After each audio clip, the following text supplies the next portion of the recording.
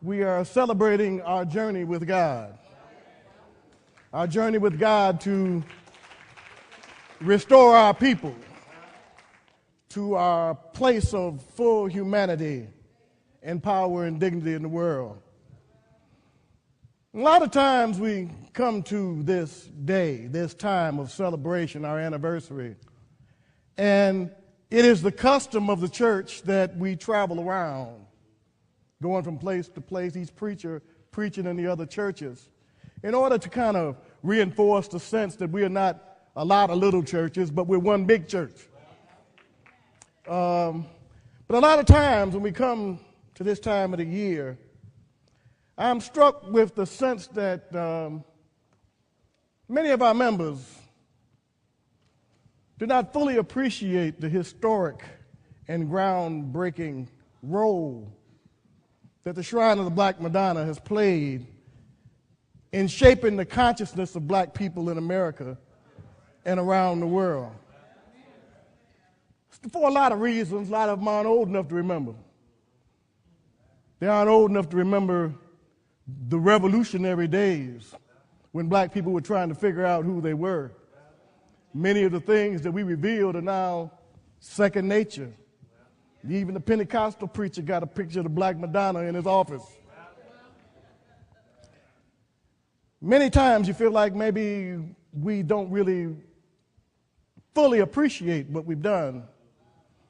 But last week at the grand opening of the National Museum of African American History and Culture in Washington, D.C., I was reminded of the fact that there are a whole lot of people that do remember and do appreciate what we've done in our 63 years.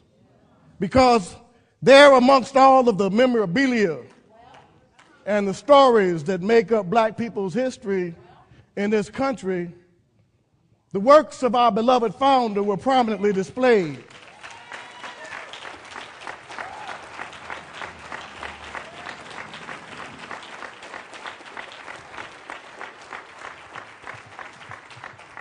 And not only that, but the Shrine of the Black Madonna was celebrated as the birthplace of black liberation theology. And not only that, but the Shrine of the Black Madonna was recognized as the home of the black Christian nationalist movement.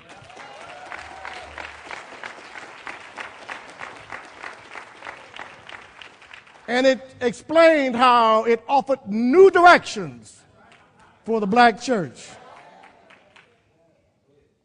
So there are those that remember. And in a more personal way, the celebration of Anniversary Month is a celebration of sacrifices that have gone into building what we are. Each year this time, I can't ever get past the first Sunday in Anniversary Month without getting choked up because I don't think about years. I think about faces. People I have known. People I have known over 44 years in this church. People who laid the foundation for what we are. People whose ceiling is our floor. I think about our beloved founder. I think about his family. I think about his mother.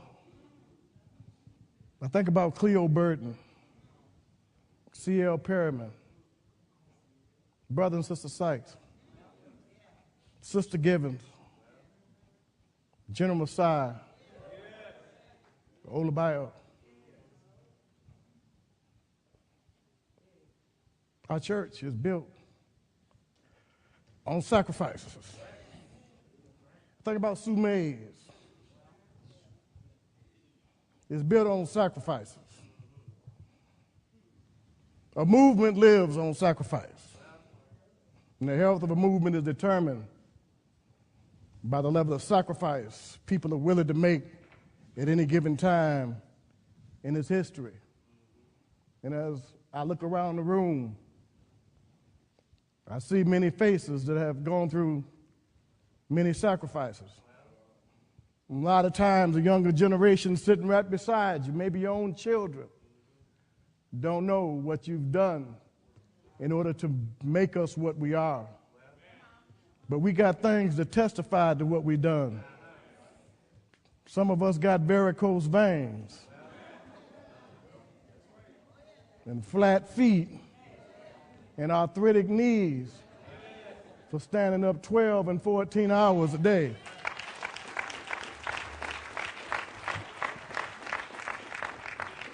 Some of us have no Social Security backup for old age because we put our lives in the church and depended on God's security.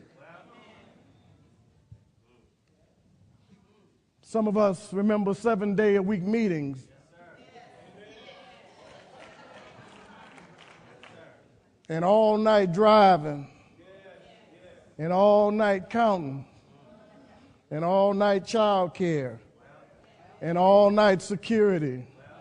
Some of us remember standing in 110 degrees in the summertime and standing in 0 in the winter. A church is built on sacrifice, and we're only going to go so far as people are willing to sacrifice in every generation to move us forward.